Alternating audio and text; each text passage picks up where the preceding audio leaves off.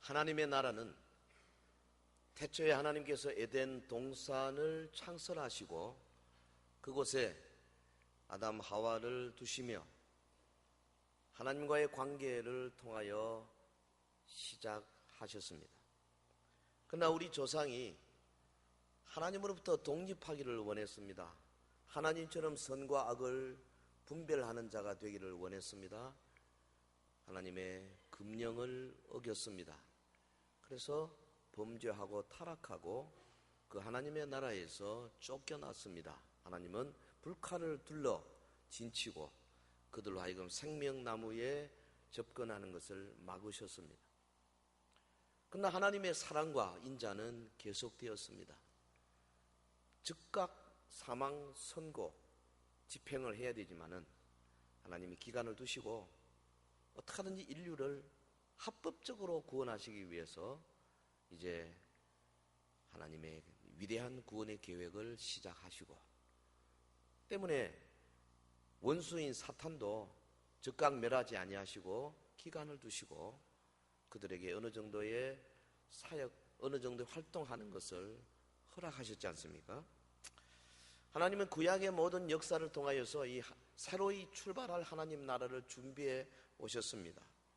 마침내 때가 참에 여인의 몸에서 하나님 자신이 제2위 하나님 자신이 육신을 입고 오시고 율법 아래 오시고 인간이 겪을 모든 고난과 고통을 친히 겪으심으로 하나님 나라를 시작할 수 있는 모든 준비를 갖추셨습니다. 예수 그리스도 세상 죄를 지고 가는 하나님의 어린 양으로 오셨을 뿐 아니라 그 하나님 나라를 이 땅에 생생하게 보여주려 하는 목적을 가지고 오셨습니다. 주님은 미래적인 하나님의 나라에 대해서도 말씀하셨지만은 많은 경우에 현재적인 하나님의 나라를 강조하셨습니다. 저와 여러분 지금 예수 믿어 하나님의 백성된 우리는 현재적인 하나님의 나라 안에 지금 들어와서 백성으로 살면서 하늘로부터 주시는 하나님 나라의 모든 권세와 능력을 누릴 수 있는 지위를 가지고 살고 있는 복된 자들인 줄 믿습니다. 아멘이 좀 약하네요. 복된 자들인 줄 믿습니다. 오늘은 신약 성경에서 보여주는 대로 실제로 이 땅에 임하는 하나님의 나라를 살펴보겠습니다. 성경은 하나님의 나라가 이 땅에 이루어질 때 몇 가지 단계를 거친 것을 보여주고 있어요. 이 단계를 따라가면서 하나님 나라에 대한 첫 번째 우리의 이해를 가지고 그 다음에 믿음을 가지고 실제로 하나님의 나라를 살아가는 그런 정말 축복받은 주님의 백성이 되기를 주의 이름으로 축원합니다. 근데 예수님 재림하시기까지 그 성경에 말하는 그런 하나님의 나라가 임하겠는가 부정적으로 생각하는 사람이 의외로 많습니다.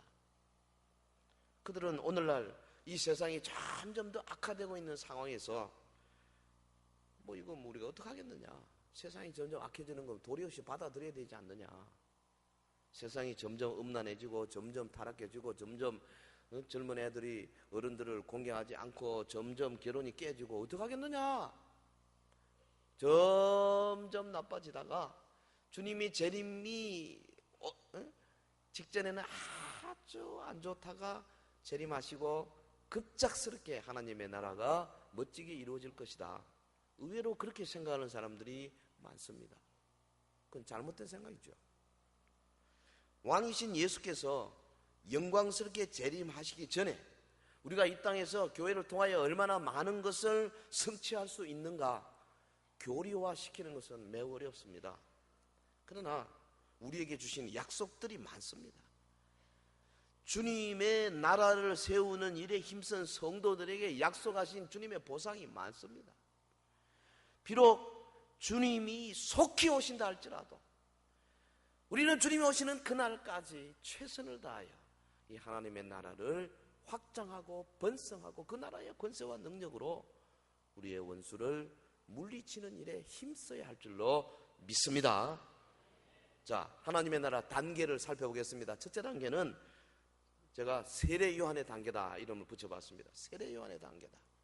다른 말로 하면 말씀은 잘 선포되고 있는데 하나님의 나라의 능력은 아직 나타나지 아니하는 단계입니다.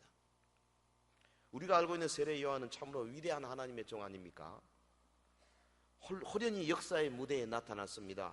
열정적으로 하나님 나라를 선포했습니다. 수많은 사람들이 그의 설교에 감동을 받아서 세례받았어요.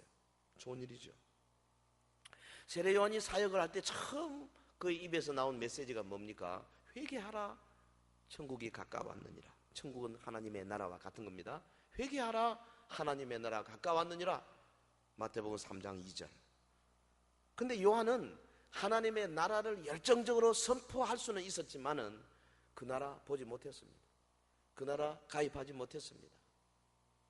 하나님의 나라에 대해서 놀랍게 증거했지만은 그는 하나님의 나라에 속한 사람은 아직 아니었습니다. 그의 사역을 통해서 권능으로 그 나라가 드러나는 것을 보지 못했습니다. 세례 요한이 말씀을 증거할 때 귀신들이 정체를 드러내지 못했습니다. 마귀가 물러나지는 않았습니다. 예수님께서 요한을 향해서 여자가 난 자 중에 가장 큰 자다 해놓고도 뭐라 그랬습니까? 그러나 천국에서는 하나님의 나라에서는 극히 작은 자라도 저보다 크다 그랬어요. 무슨 이야기입니까? 세례 요한이 모자라서가 아닙니다. 시대가 하나님의 나라가 도래하기 전에 있던 사람이기 때문에 그런 거죠. 여러분, 하나님 나라의 첫 번째 단계는 뭐냐? 능력의 나타남이 없는 말씀 선포의 단계. 이 단계에서 하나님의 나라의 선포는 능력이 없고 이론적입니다. 말씀은 선포되고 있지만 그 땅에 하나님의 나라가 나타나지 않습니다. 그 나라에 저항하는 마귀의 정사와 권세와 능력을 이기는 권세가 없습니다. 세례 요한은 당시에 많은 무리들의 잘못과 헤로드 왕의 그 불륜에 대해서 강하게 담대하게 공개적으로 지적할 정도로 용기 있는 사람이었지만은 그는 아직 악한 영들을 쫓아내거나 정치적, 사회적, 종교적 변화를 가져올 만큼 강력하지가 못했습니다. 오늘날 많은 복음주의 교회들은 제가 보니까 소위 세례 요한의 단계의 기독교 이런 정도가 아닌가. 우리 시대의 악을 개탄하고 반대합니다. 모여서 몇몇이 모여가지고 이래서 될 수 있나? 울부짖습니다. 그러나 사회를 변화시킬 수 없습니다. 사회가 꿈쩍도 하지 않습니다. 영적 전투의 곳곳에서 마귀의 세력이 그들을 이기고 그들은 부상과 참패를 당하고 도망하기가 일쑤입니다. 구약 성경에서 선지자 엘리야가 아합 왕과 왕비 이세벨의 악과 우상 숭배에 책망할 때에 이런 종류의 전투가 처음으로 등장하지 않습니까? 이세벨, 두로와 시돈, 그 이방 나라에서 온 여자지요. 바알신 가지고 왔지요. 그래서 하나님의 나라인 이스라엘에 온전히 바알을 막 곳곳에다가 퍼뜨린. 근데 그 여자 한 사람이 했다고 보면 안 되지요. 그 뒤에는 악한 영의 세력이 있는 거예요. 종교적인 거기 때문에. 그러니까 이세벨은 이방 나라의 배후에서 역사하는 강력한 정사, 영어로는 principality, 정사의 영의 지배를 받았죠. 엘리야가 대적한 것은 이세벨이 아니라 이세벨 뒤에 그녀를 다스리던 고위급의 악령이었습니다. 엘리야가 한판 붙었습니다. 이세벨이 뭐라 그랬습니까? 내가 너를 반드시 죽이겠다. 이 선지자 엘리야, 그렇게 용감한 사람이 놀래가지고 도망을 쳤어요. 도망을 치고 어디 가가지고 로뎀나무 밑에 앉아가지고 아이고 이제 죽기를 원합니다. 이게 무슨 짓입니까? 하나님의 선지자가. 이 대결로 인해서 엘리야가 갑자기 아주 이상한 사람이 되어버렸어요. 성경은 그렇게 말하고 있지만 일반 우리 상담 심리학자들 말은 이때 엘리야가 심각한 우울증에 걸렸다 그렇게 봅니다. 죽기를 바라는 신세가 되었습니다. 그리고 엘리야가 영적인 전면전에 결코 다시 돌입하지 못했습니다. 여러분, 세례 요한이 헤로드 왕에 대항해 가지고 헤롯과 헤로디아 관계 불륜을 책망하고 아주 영적인 전투를 벌일 때의 모습도 이와 유사하죠. 요한이 누굽니까? 엘리야의 영의 권능으로 오는 자라고 벌써 누가복음 1장 17절에 말했지 않습니까? 그러니까 요한과 헤롯사의 영적 전투는 따지고 보면 엘리야의 영과 헤로디아의 뒤에 역사하는 악한 영과의 대적이죠. 세례 요한 이 전쟁에서 이기지 못했습니다. 뭐 감옥에 갇혔다는 것까지는 좋지만은 그러나 그는 감옥에서 그야말로 심한 우울증과 환멸감에 사로잡힌 사람이 되지 않았습니까? 세례 요한이 누굽니까? 그는 예수님이 누군지를 밝혀낸 사람입니다. 그는 예수님이 하나님의 아들이며 세상죄를 지고 하는 하나님의 어린 양이라고 공개적으로 고백한 사람입니다. 그는 예수님이야말로 성령과 불로 세례줄 사람이라고 말한 사람이에요. 위대한 사람이죠.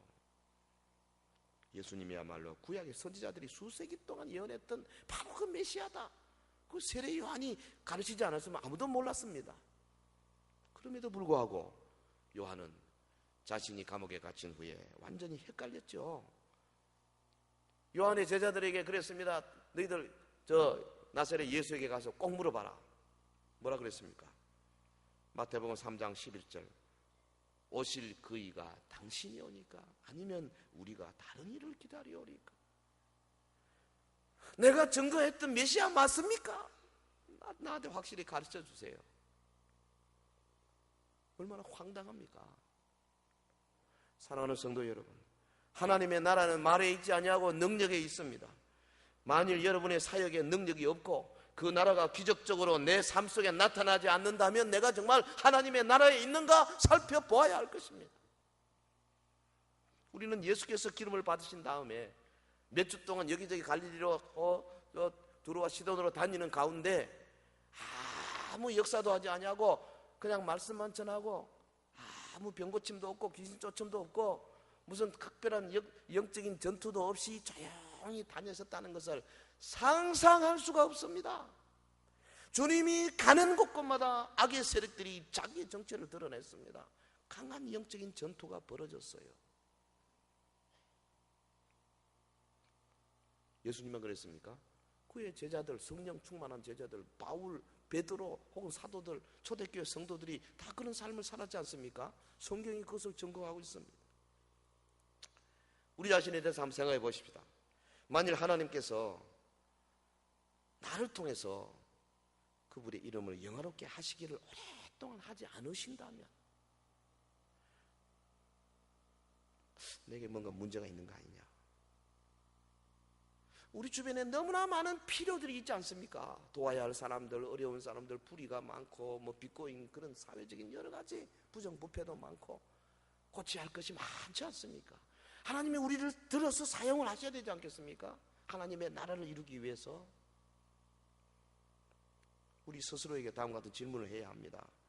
왜 주님은 이 대구 땅에 이 엄난한 영들이 가득한데 왜 나를 좀 사용해가지고 그거 좀 이기지 못하도록 하지 않으십니까? 우리에게 질문해 봐야 돼요. 오늘 말씀은 세례 요한을 폄훼하는 것이 절대 아닙니다.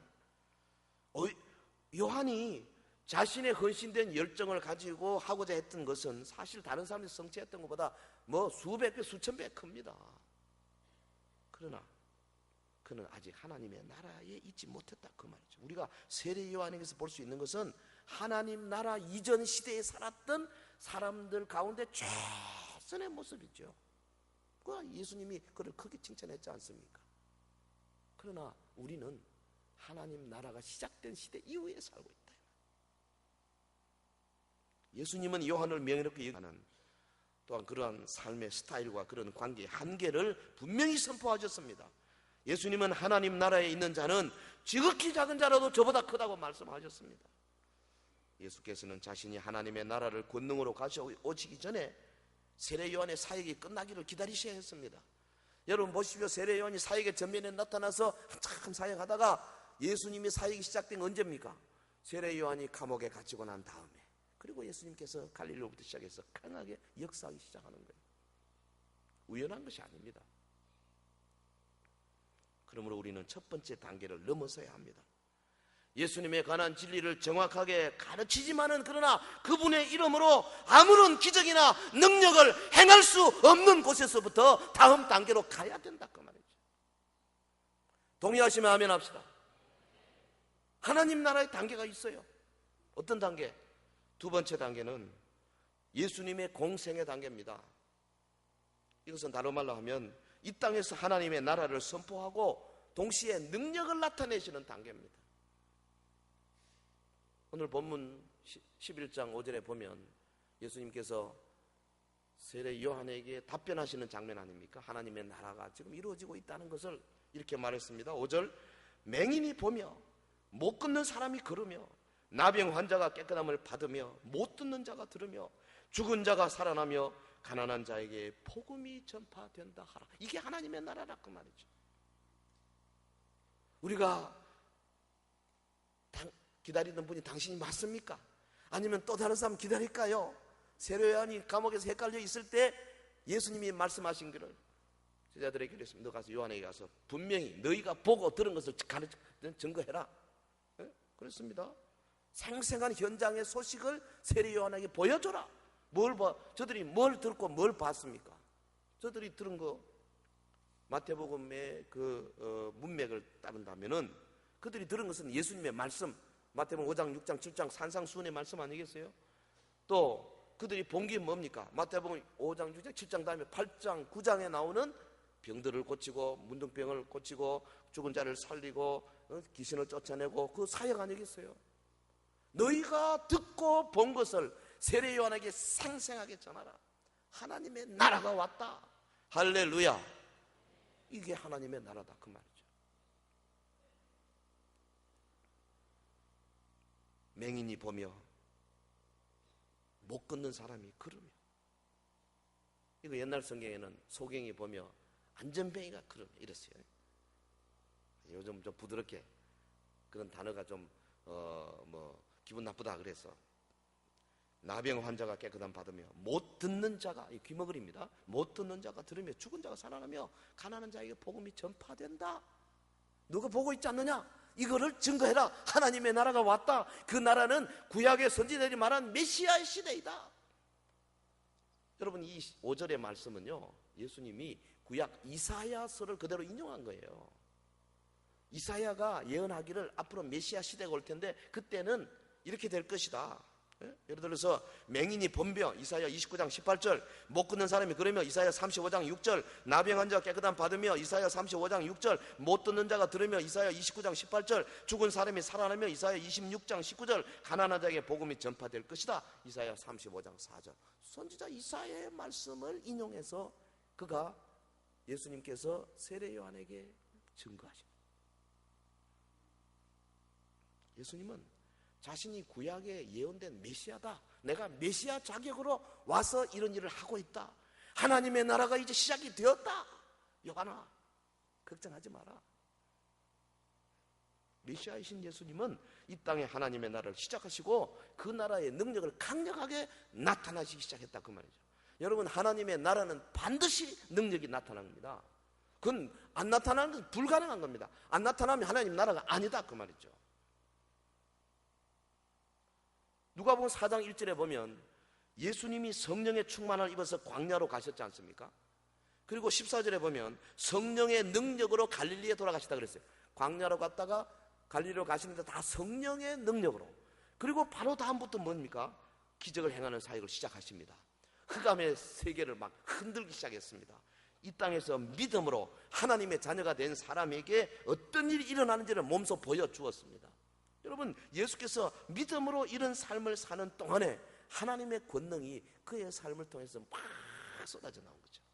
근데 우리 하나 알아야 할 것은 예수님이 하나님이시기 때문에 했다, 그렇게 보면 안 됩니다. 그건 지난 시간에 이야기했습니다. 물론 그분이 하나님이시죠. 그러나 그가 육신을 입고 이 땅에 오실 때에 이미 신성을 감추시고 오직 인성으로 이 땅에 사시기로 작정하시고, 그래서 30년 동안 신성을 발휘하지 아니하시고 인성 가운데 참 사람으로 모든 연약을 친히 치유로 하셨어요. 그리고 여기 지금 공생에 나가서도 오직 성령의 충만함으로 성령의 능력으로 귀신을 쫓으시고 성령의 능력으로 무리를 걷고 성령의 능력으로 죽은 자를 살리고 성령의 능력으로 오병이를 행하셨다 그 말이에요. 그렇기 때문에 우리들도 그의 사도들도 주님이 하신 일을 행하실 수 있었잖아요. 죽은 자를 살리는 게 가장 큰 건데 베드로도 죽은 자를 살리고 바울도 죽은 자를 살린 이유는 그들이 하나님이기 때문이 아니라 참 사람이면서도 하나님의 권능, 성령의 능력을 받았기 때문에. 근데 이것은 예수님이 우리에게 모범을 보이신 거예요. 성도 여러분, 예수님이 이 땅에 오셔서 만물을 회복하시려고 전쟁을 시작하셨지 않습니까? 내가 이 땅에 금을 던지러 왔노라. 주님은 아직 전쟁을 선포했어요. 주님이 그냥 겸손하고 온유하고 그냥 조용조용하게 살다가 가신 분이 아니다 그 말이죠. 칼을 빼들었습니다. 누구와? 영적인 전투, 마귀의 세력과 칼을 빼드신 거예요. 그리고 마태복음 11장 12절에 뭐라 그러냐면은 세례 요한의 때부터 지금까지 천국은 침노를 당하나니 침노하는 자는 빼앗느니라. 이게 무슨 말이에요? 세례 요한의 때부터 지금까지 천국은 침노를 당한다. 여러분, 세례 요한으로부터 예수님께서 세례를 받으시고 무리로 올라오시고 하나님께서 메시아이심을 입증해 주시고 그가 광야로 가시고 그 다음에 그가 사역을 하시고 이 순간부터 사탄의 왕국이 총 걸게 했습니다. 마귀가 나타나고 귀신들이 그냥 온갖 노력을 다해서 예수님을 주저앉히려고 예수님을 따르는 자들에게 시험을 걸어오고 그 전에 없던 일입니다. 구약에 없던 일입니다. 여러분, 구약의 선지자들이 아무리 위대하다 할지라도 그들은 귀신을 쫓아낸 적이 없습니다. 구약의 선지자들이 아무리 위대하다 할지라도 그렇게 하나님의 나라의 능력을 나타낼 수는 없어. 아직 하나님의 나라가 시작되지 않았기 때문에. 그러나 예수 그리스도로 말미암아 시작된 이 하나님의 나라를 통해서 이제는 사탄 왕국을 향해서 하나님 나라가 진군에 들어가는 침노하는 자, 공격하는 자의 위치에 서게 됐다 그 말이죠. 오늘 우리에게도요, 사탄 왕국을 침노하는 자들, 침노한다, violent. We need to be violent people. 침노하는 자가 필요해요. 침노하는 자. 누가복음 9장에서 예수님은 12사도를 능하게 하셔서 그들로 하나님 나라의 능력 가운데 행하게 하셨어요. 그래서 하나님 나라의 진군을 가속화했습니다.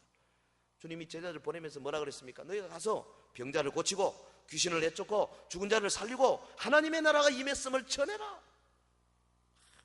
누가복음 9장 1절에서 2절. 그래서 그들이 나가서 하나님 나라를 막 선포하고 전쟁을 했지 않습니까? 엄청난 역사가 있었습니다.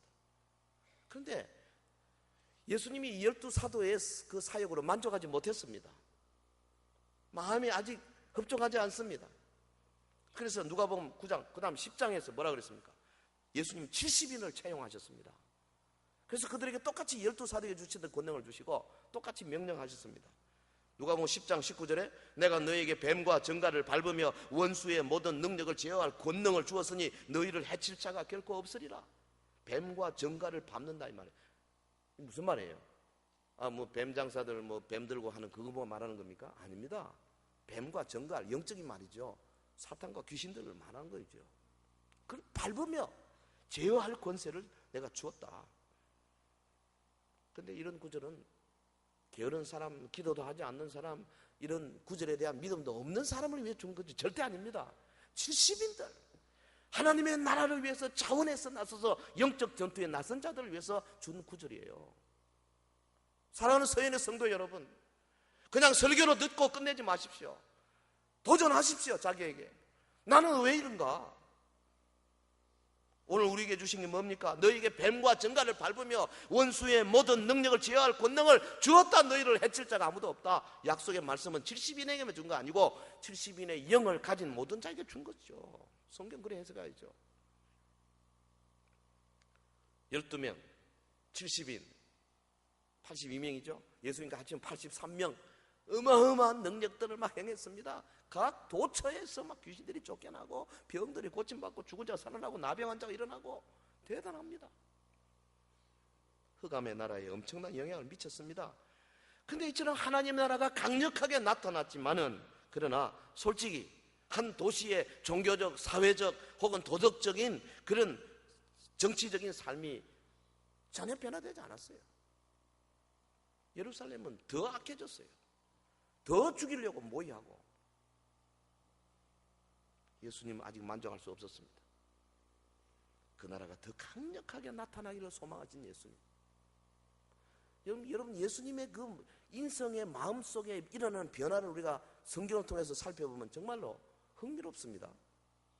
누가복음 10장, 그렇죠? 70일 12장에 가보면 예수님은 하나님의 나라에서 나타난 수준에 대해서 여전히 불만족스러웠습니다.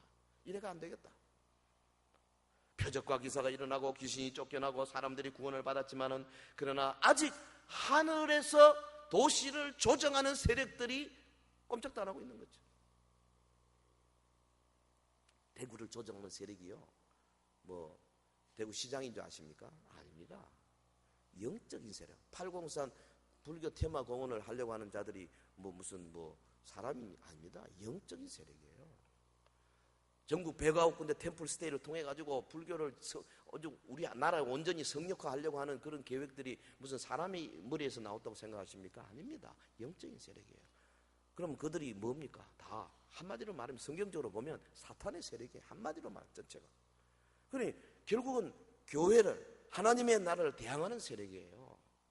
그것이 음란한 세력이든 무당이든 혹은 불교든 뭐든 다 합쳐서 결국은 하나님 나라의 전투예요. 거대한 영의 세력이 있습니다. 우리가 아무리 이 땅에서 열심히 전도하고 아무리 해도 여러분 제2단계에서는 이 영의 세력을 이길 길이 없어요. 예수님이 그랬어요. 당시 예루살렘 도성을 지배하고 있는 어둠의 악한 세력이 분명히 있었습니다. 예루살렘은 이런 흑암의 세력에 덮여 있었습니다. 비록 예수님은 마귀의 모든 공격에 난공불락이셨고 절대로 지지 아니하셨고 마귀는 주님을 만질 수도 없었지만은, 그러나 주님은 아직 하늘에 있는 악한 영들과 전투를 벌이지 않았습니다. 아니, 그가 스스로 육신을 입고 인성을 입었기 때문에 아직까지 버릴 입장이 못된 거지요. 예수님은 장차 완성될 하나님의 나라를 바라보시면서 매우 답답해 하셨습니다. 제가 이렇게 표현하니까 아이고 예수님 그럴 수 있나 혹 그런지 모르지만 성경에 있는 대로 한번 볼까요? 누가복음 12장 49절에 예수님 말씀하셨습니다. 내가 불을 땅에 던지러 왔노니 이 불이 이미 붙었으면 내가 무엇을 원하리요? 나는 받을 세례가 있으니 그것이 이루어지기까지 나의 답답함이 어찌하겠느냐? 이게 무슨 말이에요? 답답하다. 우리 같으면 못 살겠다 이런 말이죠. 답답함이 어찌하겠느냐? 이 답답하다는 말은 헬라말로 수네코마이라는 말인데요. 이거는 다른 말로 하면 제수처럼 묶인 그런 상태를 말해요. 묶였어요. 그러니까 이 말이 무슨 말이냐면 내가 이 일을 이루기까지 얼마나 묶이고 제약을 받고 있는지, 이 예루살렘과 이 유대와 이 온 땅에 이 더러운 세력들을 다 물리쳐야 되겠는데 지금 내가 묶이고 제약되어 있다. 그래서 이 세례를 이 세례 받기를 더 이상 내가 미룰 수가 없다. 기다릴 수 없다. 답답하다. 무슨 세례? 고난의 세례. 십자가죠. 왜 그러냐면 그가 십자가를 거치지 않고는 공중권세 잡은 마귀를 합법적으로 제압할 수 없기 때문에 그런 거죠. 답답하다.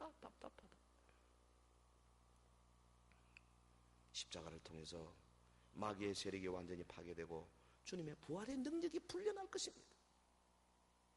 성도 여러분, 우리는 주님이 부활하신 후에 온 세상을 변화시킬 새로운 차원의 하나님 나라의 능력이 도래했음을 이미 알고 있습니다. 이제 제3단계로 가겠습니다. 하나님 나라 세 번째 단계. 자, 첫 번째 단계는 세례 요한의 단계. 말씀은 선포 잘 되고 있지만, 정확한 말씀이 되지만 능력이 나타나죠. 두 번째는 능력은 나타나는데 아직 지상의 단계. 그리고 세 번째 단계는 부활하신 예수님의 단계입니다. 부활하신 예수님. 다른 말로 하면 하늘과 땅의 모든 권세를 소유하신 그 예수님께서 다스리시는 하나님 나라 단계.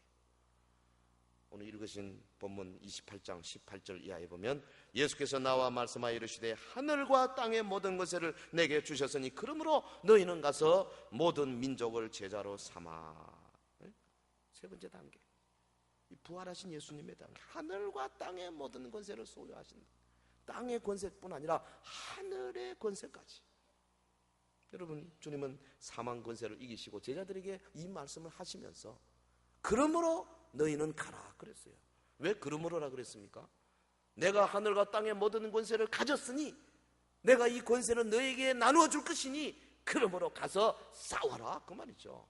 여러분, 선교 명령은 영적인 전투 명령이에요. 선교사들이 이런 구절을 많이 좋아하지만은 단순한 구절이 아니에요. 이것이 성경 전체 하나의 거대한 흐름 속에서 나오는 말씀이에요.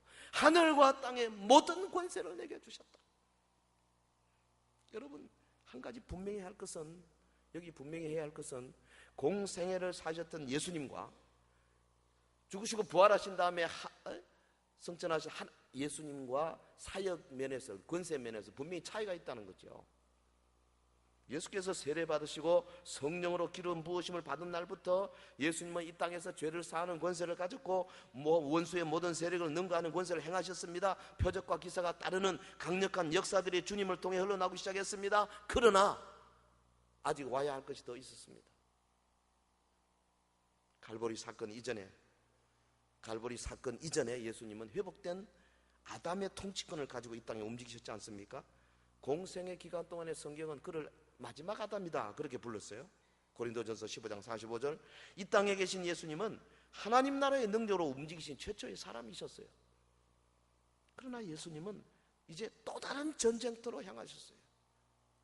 단순히 이스라엘 땅 다니시면서 병전화 고치고 복음이나 전하는 그 차원이 아니고 또 다른 전쟁터. 주님은 첫째 아담이 한 번도 가본 적이 없는 또 다른 영역으로 이제 함께 들어가실 그런 작정을 가지시고 십자가로 향하신 거죠. 첫째 아담에서 죄와 사망의 기운이 나와 지구상의 모든 피조물을 오염시켰습니다. 모든 남녀와 모든 동식물이 감염되었습니다. 죄에 감염되었고 손상 있고 부패했습니다.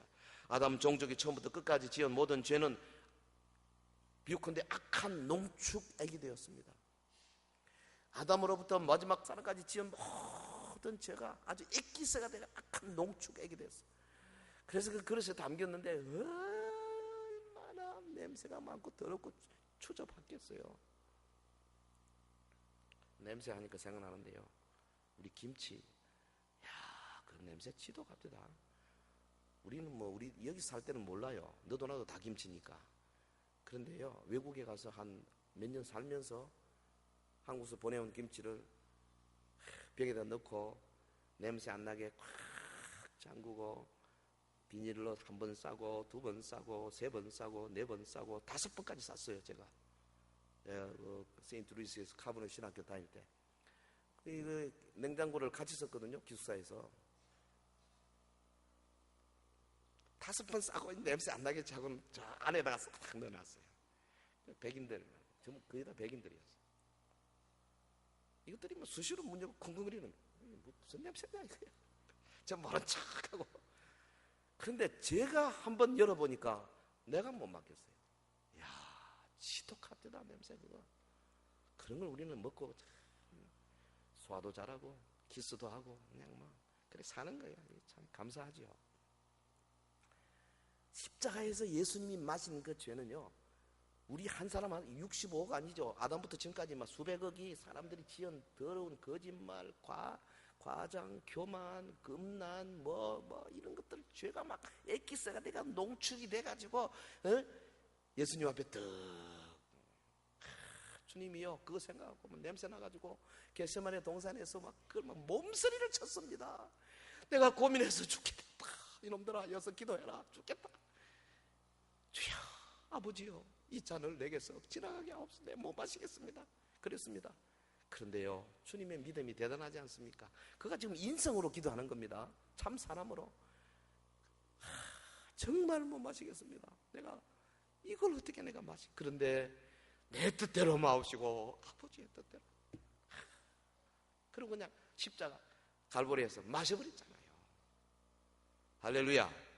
그것 때문에 우리가 여기 와 있잖아요. 지금 그 악한 진한 죄의 농축액을 주님이 마시고, 그리고는 자기의 모든 물과 피를 쏟아서 다 내어주시고,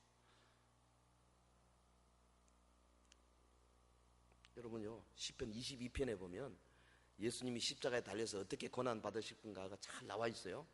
그건 1000년 전에 기록한, 다윗이 1000년 전에 예언의 내용으로 기록한 거 아닙니까? 근데 실제로 예수님이 그대로 하셨어요.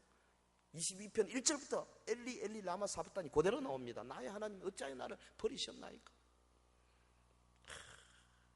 그리스도의 십자가상의 영적 전투, 1000년 전의 시인의 눈으로 바라보며 기록한 믿음의 고백인데요, 거꾸로 우리가 신약 성경에 없는 것을 10편 20편을 보면은 예수님 이랬겠구나, 이것도 알 수 있어요. 십자가로 가시기 전에 주님은 겟세마네 동산에서의 고통의 신음을 통해서 믿음으로 부활을 얻으셨어요. 히브리서 5장 7절. 그곳 십자가에서 주님은 다른 것들을 위해서 싸우셨습니다. 자기를 위해 싸운 게 아니에요. 이제는 열방을 위해서 싸우셨습니다. 시편 22편 7절에서 12절. 거기에 주신 하나님의 약속에 따라서 주님이 열방을 요구하셨습니다.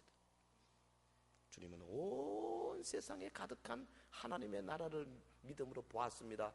교회가 막 여기저기에 설껏 보았습니다. 특별히 아마 주님은 우리 한국의 도시마다 산골마다 십자가가 버릇게 있을 것을 미리 보셨을 거예요. 주님은 마귀의 모든 세력이 완전히 파괴되는 것을 보았습니다. 골로새 2장 15절. 주님은 시편 22편 27절에서 31절까지 거기에서 보면 승리의 함성을 외쳤습니다. 모든 열방이 여호와께로 돌아오리로다. 승리의 함성을 외쳤어요. 성도 여러분, 예수님은 아담 종족의 모든 죄에 대한 대가를 치르셨을 뿐만 아니라 또한 피조물을 구속해서 이제는 마귀로 하여금 더 이상 이 땅에서 한 평이라도 지 땅이라고 주장할 수 없도록 모든 법적 주장을 막으셨어요. 그래서 하나님이 이제 가나안 땅, 거룩한 땅, 가나안 땅만 찾은 게 아니라 온 세상을 찾으실 수 있도록 만드신 거죠. 주님이 외쳤습니다. 내가 불을 땅에 던지러 왔노니 이 불이 이미 붙었으면 내가 무엇을 하리요? 내가 받을 세례가 있으니 그 이루기까지 나의 답답함이 어찌하겠느냐. 답답해 하셨습니다. 그래서 빨리 내가 세례 받아야 되겠다. 십자가 고난 받아야 되겠다. 농축액을 마셔야 되겠다. 그래서 자원하여 제자들은요 못 가게 막았습니다. 뒤에서 멈칫멈칫했습니다. 가자, 일어나라, 여기를 떠나자. 핏빛 죽음이 도사리는 곳으로 가자. 예수님이 앞에서 휘적휘적 막 가시는데 뒤에서 제자들이 멈칫멈칫 도망가 있다가 우리도 가자, 우리도 죽으러 가자. 그래서 겨우 따라간 거예요. 예수님은 제자들과 관계없이 혼자 그냥 자원하여 죽음의 길로 그냥 내려가셨어요. 그런 뒤에 주님은 십자가상에서 다 이루었다, 테텔레스타이 크게 외치셨습니다. 다 이루었다는 말은 다른 말로 하면 영적인 그 전사가요, 전쟁터에서 전사가 싸움에서 상대방 적장을 막 찔러놓고 적장이 이제 숨을 거두기 직전에 비실비실하고 있는데 이 사람이 깃발을 팍 들면서 끝났다, 그 소리예요. 주님께서 십자가상에서 모든 죄짐을 다 해결하신 다음에 이제는 공중권세를 잡은 마귀의 모든 세력을 내가 다 끝냈다, 테텔레스타이 외치시고요. 그리고 뭐라 그랬어요? 아버지요, 내 영혼을 아버지 손에 부탁하나이다. 얼마나 멋집니까? 우리 예수 믿는 그리스도인들은 이런 멋진 예수님을 따르는 자들이에요. 그리고 무덤에 묻히신 지 사흘 만에 부활하신 예수님은 완전히 새로운 사람이 되어서 무덤에서 나오셨어요. 성경은 그를 가리켜 뉴맨이라 그럽니다. 새로운 사람. 그는 이제 유대인이 아닙니다. 부활하신 예수님은 유대인이 아니에요. 부활하신 예수님은 어느 종족이 아니에요. 그는 온 인류를 아우르는 인류의 조상이에요. 사탄은 결코 그분에 대해서 어떤 권세나 권리를 갖지 못합니다. 이제는 유혹도 못합니다. 감히 이 새로운 사람에게 성부 하나님께서 완전히 새로운 권세를 주셨어요. 그게 뭐예요? 하늘과 땅의 모든 권세를 내게 주셨습니다. 하늘의 권세가 뭡니까? 하늘에 있는 모든 영들에 대한 권세, 천사들이나 악한 사탄이나 귀신들이나 모든 영에 대한 권세를 주님이 가지셨어요. 명령하면 지가 안 들을 수 없어요. 예수님은 성육신하시고 자신을 대속제물로 내어주심으로 인간과 하나님 사이의 완전한 중보자가 되셨어요. 그리고 이에 대한 보상으로 성부 하나님으로부터 구원과 심판의 권세를 받게 된 거죠. 예수님의 생애는 여러분 능력의 생애, 그래서 그의 공생에 정말 3년 반의 공생에 끝났을 때 예루살렘 그렇게 능력있게 사역했지만은 사실 도덕적으로, 사회적으로, 종교적으로 별로 바뀐 게 없잖아요. 처음부터 더 악해졌습니다. 강력한 기적과 놀라운 가르침에도 불구하고 예수님이 성천하시간 다음에 남은 사람은 120명밖에 안 남았습니다. 120명. 물론 헌신된 사람이지만은 이 정도는 요즘 좀 이렇게 능력 있는 목사님들도 얼마든지 할 수 있어요. 120명 정도 3년 반 사역해가지고 그거 못하겠어요? 저도 뉴욕에서 하면서요 한 3년 반 하니까 그리 되더라고요. 그런데요 예수님이 능력이 없어 그런 것이 아닙니다. 시대에 지금 그가 부활하시고 이제는 하늘과 땅의 권세를 지시고 완전히 새로운 3단계로 넘어가신 거예요. 오순절 성령 사건이 있은 다음부터 이 부활하신 예수님의 권세를 주님이 성령을 통해서 제자들에게 주셨어요. 보십시오.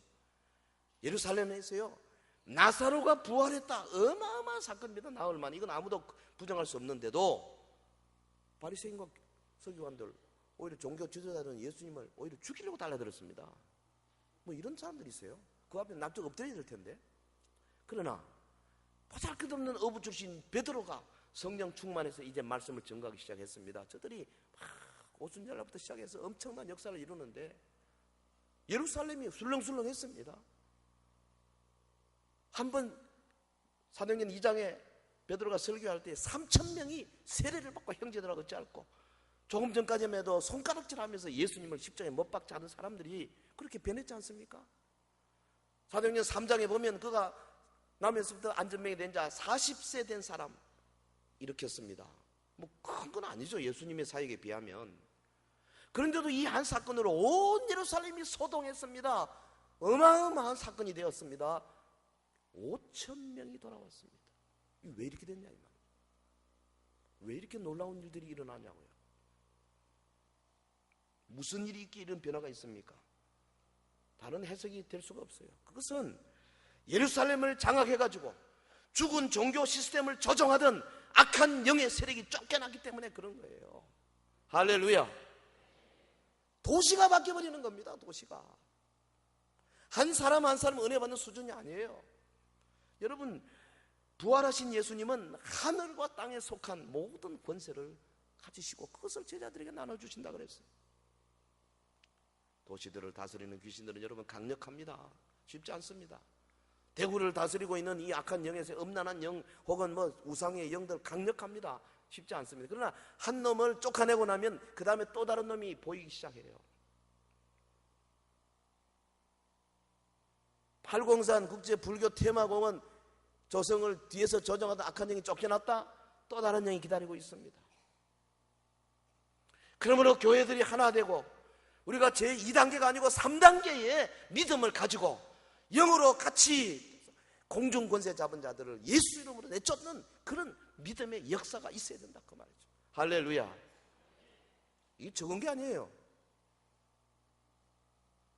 이게 절대로 이게 무슨 꿈도 아니고 무슨 추상적인 이야기가 아니에요. 저는 개인적으로 생각할 때 이번에 작은 거 하나 우리가 이겼다고 생각되는데 그거 별거 아니에요. 큰 거 아닙니다. 그렇지만은 그것도 이 3단계에서 우리가 기도하는 힘을 발휘했기 때문에 일어난 거예요. 절대로 되는 게 아닙니다. 처음에 그러대요. 시작할 때 아이고 제가 몇 사람한테 들었습니다. 박 목사 그거 안 된다. 요새 그 한번 시작한 게 되는 줄 아느냐. 계란으로 바위치기다. 저한테 계란으로 바위치기 하던 다라고 말하는 사람을 다시 한번 만나봤어요. 몇 사람을. 말을 안 합디다만 내가 속으로 그런 생각을 했어요. 그렇다. 계란으로 바위치기다. 하지만 우리가 가진 권세는 계란 갖고도 바위 깬다. 할렐루야. 왜? 하늘과 땅의 모든 권세니까요. 3단계. 여러분, 도시를 다스리는 권세들 혹은요 나라를 다스리는 권세들요 굉장합니다. 절대 쉽게 물러가지 않습니다. 다니엘이 기도하기 시작할 때에 금식하며 기도하기 시작하는데 하나님께서 가브리엘 천사를 보내는데 21일이 걸렸어요. 와서 뭐라 그랬습니까? 아이고 오는데 하나님 보좌로부터 오는데 중간에서 대군이 막았다. 사탄의 그 수와 쫄개 가운데 제일 큰 놈이겠죠. 막았어요. 못 오도록. 영적인 전투가 있어 천사들하고. 우리는 그 이유를 모릅니다. 그게 어떤 그게 그 메커니즘을 우리가 알 수 길이 없지만은 성경이 그렇게 말하고 있다고요. 지역과 나라와 심지어 온 대륙을 다스리는 권세를 가진 정사와 권세들이 있다. 에베소 6장 12절 말씀 때문에 교회는 다음 단계의 악령의 권세를 다룰 방법을 배워야 합니다. 3단계 하나님의 나라. 그곳에 우리가 부활의 권능으로 움직이고 땅에서만 권세를 제한적으로 사용하기보다는 하늘의 영역까지 침공해가는 그런 믿음을 가지고 다음 주일에 믿음에 대해서 한번 좀 새로운 신선한 부분을 한번 건드려 보려고 생각하고 있습니다. 믿음. 이 하늘의 영역까지 침공해 들어가는 이 믿음이 우리에게 필요하다 그 말이죠. 네? 여러분요, 우리가 그들을 쫓아낼 수 있는 방법을 배운다면 예루살렘에 있었던 그 일이 대구에도 일어나게 될 줄로 믿습니다. 믿습니다. 그 일에 우리 서현교회가 사용되기를 주의 이름으로 축원합니다. 말씀을 맺겠습니다. 현대교회는요 많은 경우에 하나님 나라 첫 번째 단계에서 안주하고 있는 것처럼 보여요. 첫 번째 단계, 세례 요한의 단계. 세례 요한식 기독교에 만족하는 것 같아요. 말씀만 잘 쪼개고 말씀만 잘 가르치고 좋다. 하나님 나라에 살지를 못해요. 능력도 없어요. 보지도 못해. 관심도 없어. 예수님에 대한 정확한 가르침만으로 흡족해 하지만은 그분처럼 살려고 하지도 않아요. 첫 단계. 오늘날 많은 교회들 가운데 성령의 능력으로 움직이는 그런 단계, 그런 교회도 있어요. 두 번째 단계. 많은 사람들이 병고침도 받고 귀신들 쫓겨나고 구원의 역사가 간간히 일어나는 거 볼 수 있습니다. 간증자도 있고. 근데 도시는 변화되지 않고 있습니다. 주변의 이웃들, 종교 체제도 움직이지 않습니다. 사회적, 도덕적 조건들도 계속해서 악화되고 있습니다. 정치 지도자들도 꿈쩍도 안 합니다. 꿈쩍도 안 해요. 아무리 부르짖고 기도해도 꿈쩍도 안 해요. 안 변해요. 불가능 같아요. 이 땅의 대부분의 교회는 그냥 이러고 있는 거죠. 다음 단계에 하나님의 나라 있지 않습니다. 그래서 우리가 도시를 점령하는 걸 보지 못합니다. 여러분 대각성 운동할 때에 그때에 이 3단계에서 역사 있었지 않습니까? 그 매사추세츠 지방에서 시작한 저 미국의 동부지방 전국을 그래서 어떤 주는 막 술집이 싹 문을 닫았어요. 강력하게 역사했어요. 1962년 인도네시아의 그 부흥을 들어보니까 한 도시 시작했는데 중국에서 온 그 존싱 하는 분이 설교를 시작하는데 이거는 창세기 1장 1절부터 하다가 좀 쉽시다. 밥 먹고 모입시다. 또 월, 화, 수, 목, 금 또 계속 아침부터 밤까지 하는데 처음에는 이러저러 하다 나중에는 며칠 지나고 나서 온 시가지가 철시해버려. 문을 닫고 다 거기 와서. 그게 사람이 힘으로 하는 게 아니에요. 막 악령이 추방되고 쫓겨나고 막 그러면서 역사가 일어나는데요. 이게 3단계의 영능력 때문에 그런 거죠. 도시를 뒤덮고 있는 악한 세력이 이게 얼마나 뿌리가 강한지 모릅니다. 성도 여러분, 우리가 예수 그리스도의 정권대사 아닙니까? 주님이 우리를 보내잖아요. 하늘과 땅의 모든 권세를 내게 주셨으니 그러므로 그 속에는 내가 이것 너에게 주니 너희는 가서 모든 족속으로 제자를 삼으라. 성령이 너에게 임하시면 예루살렘 온 유대 사마리아 땅끝까지 이르는 내 정의. 그게 그냥 하는 말이 아니에요. 어떻게 그 제자들이 그 일을 할 수 있습니까? 돈이 있습니까? 조직이 있습니까? 배운 게 있습니까? 사회적인 무슨 기반이 아무것도 없는 제자들에게 어떻게 전 세계로 나가라 말할 수 있느냐? 하나밖에 없습니다. 하늘과 땅의 권세. 더러운 귀신을 쫓아내며 귀신들 가운데 상당히 높은 귀신들까지도 이 도시와 나라를 지배하고 있는 놈들까지도 우리가 합심해서 예수 이름으로 추방할 수 있는 그런 권세를 우리가 주셨다. 믿음으로 나가면 역사가 있을 줄로 믿습니다. 부활하신 주 예수님은 하늘과 땅의 모든 권세를 영원토록 가지고 계시고 그 권세와 능력을 교회에 주시고 계시고, 우리도 사도 베드로처럼 사도 바울처럼 주님의 능력을 힘입어야 되겠습니다. 그래서 도시를 누르고 있는 흑암의 영들을 추방하는 일에 나서야 할 줄로 믿습니다. 우리 젊은이들을 사로잡고 있는 이 더러운 음란의 영들과 혹은 게임의 영들과 혹은 인터넷의 그 영들을, 우리가 중독의 영들, 이것들을 쫓아내기 위해서 우리가 교회가 합심하지 않으면 안 되는 거예요. 하나님 나라의 세 번째 단계를 살아가는 성도 여러분 되시기를 예수 이름으로 축원합니다. 축원합니다. 같이 한번 기도하겠습니다. 우리 간절한 마음으로 한번 부르짖어 기도하겠습니다. 주여, 우리 교회